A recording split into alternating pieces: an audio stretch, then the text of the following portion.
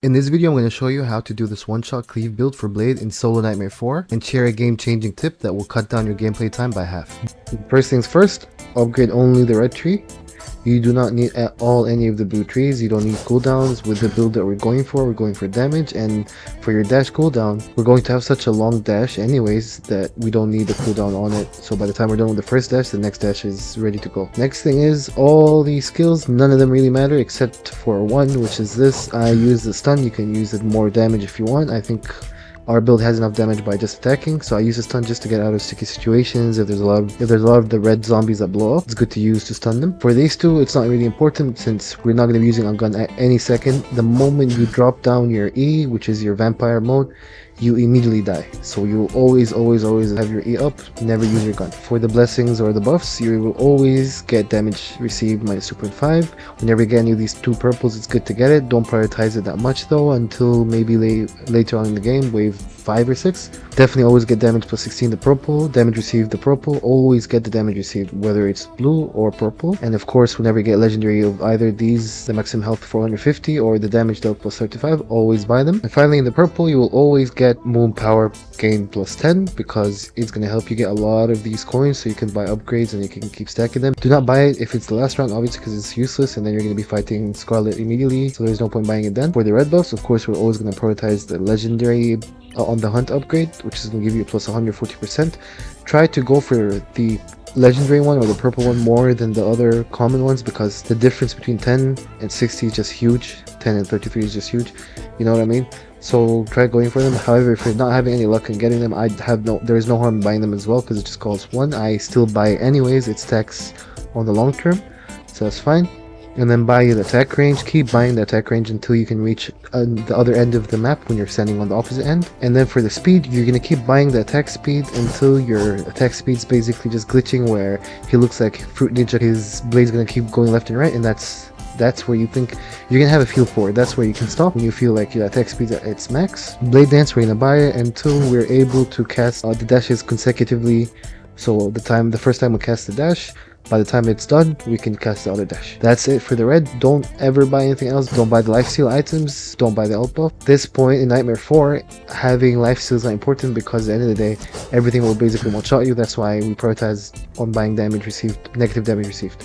And then finally for the blue, the only thing we're gonna buy is just Sacrifice Sigil, which is going to give us an ink upon defeating enemies. You can buy only one, which I think is enough for most cases. I buy 2 to 3 just if I have extra coins because it helps me a lot in controlling, and it will pull enemies all in the center, which is going to be useful for the red motherfuckers. It's going to be useful for the green. It's going to be useful for all these dangerous zombies that you're fighting. And that's it for the blessings. Nothing else here. Let's crack on with the rest of the video. Okay, so as soon as you spawn in, immediately go for the red buffs. Quickly go for it. Red, prioritizing the legendary ones and then going on to the epic ones. You see, the moment I get a legendary health upgrade, I immediately get it. We don't need to prioritize the maximum health for now.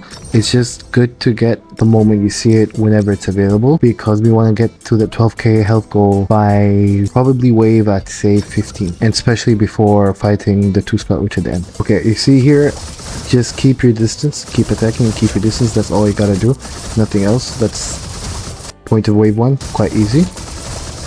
See, I'll keep refreshing until I find any damage, any range, any speed, any damage, purple damage, or anything else that is actually important for us to use.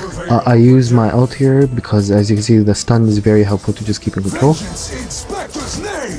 When you see these green assholes, immediately target them because they're gonna want to shot you actually, so we have to kill them first. So prioritize the green and then the red and then the ranged ones, the one who spit on you. After that, you can go for the big guys. They're not really that dangerous, just don't dash into them and don't come too close to them. So in this wave, this is the first time you're gonna encounter your explodey guys, and just make sure you keep distance and attack them from afar, and that's all you have to worry about. At wave 4, you're gonna get a lot of these red motherfuckers, so just make sure you stay away as far as possible and don't come too close to them. Just reroll, keep buying reds, keep buying damage dealt. I only bought the damage dealt by 2% here because I felt like I'm lacking the damage from buying the actual red cards. So I took purple damage dealt to make up for that. So this is the Naymor round. As you can see, the first thing I'm going to do is I'm going to try to prioritize the zombies first, and then I'm going to go for the squids to get him down as fast as possible, which leaves us with Naymor, and just like that, he's dead. We are at the Queen's round, or Scarlett Witch's round, so you have a lot of time to upgrade this time. And the problem with Nightmare 4 is usually you don't get time between rounds. So in this break, take your time focusing on which upgrades to get. Really maximize that break that you just got to upgrade your skills. As you see at this point, my attack speed is insane, and my range is even crazier. You're going to see in a moment where I'm killing people off screen without even noticing that I'm killing them. The hardest part about here is having to balance between Scarlett and zombies. To be honest, you can always just focus on the zombies first and then move on to Scarlett. But as you see, I just died because of one important thing I was going to say, which is if you stop dealing damage for even 1 second, you're going to immediately die. That's why I usually focus on Scarlett while I'm attacking the zombies as a secondary objective, so I still get enough lifesteal to survive. So obviously this is just a normal round. I just kept it to show you how your game should be looking like at this point. You can see that I am standing literally at the edge of the map. I'm just left clicking, holding left click, and I'm killing everything from miles away. It's not as perfect as we want it to be yet, but it's still very good. Where we want it to be is where we literally don't even need to move the cursor and just hold left click and let it do the job for us, which we'll be reaching very soon. So now it's preparation before level 15, which is going to be Naymor and Queen. This is the longest fight in the game. So the problem here is if you attack or you kill Naymor's squids too quickly, what's going to end up happening is his health is not going to get deducted. It's a weird bug. It's something going on in the game. They haven't fixed it. I'm not even sure why.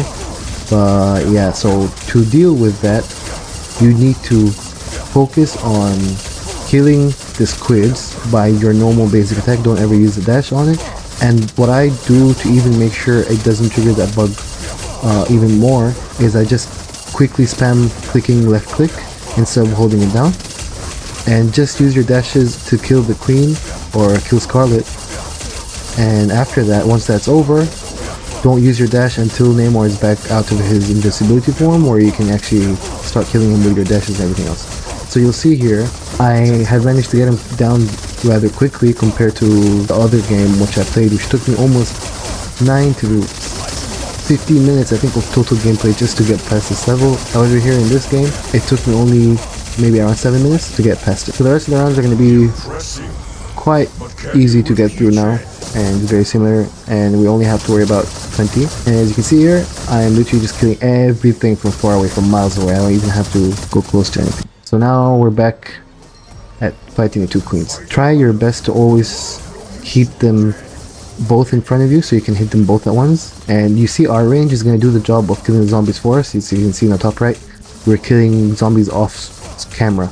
All the giant zombies, everything, we're going to kill it off camera just by upgrading our range. So by doing that, what's going to happen is you're just going to take off the focus from having to give all your time to killing the zombies and then instead put it in fighting Scarlet Witch.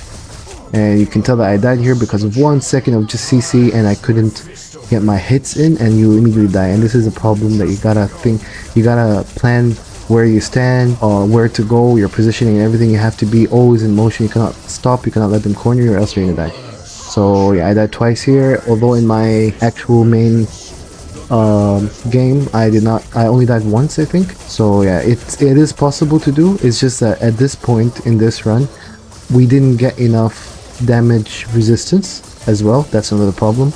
So it's much easier for them to one-shot us. However, it's very normal for you to die as long as you can get it through, as long as you can win the game, that's fine. See, I already got one of them in the Fisher state, and now it's the other one, but I can easily get her two in that state by just positioning myself behind the one that's already in that state and holding my dash, which with my huge range will still hit the witch behind as well. And that's all you have to do. The rest is easy.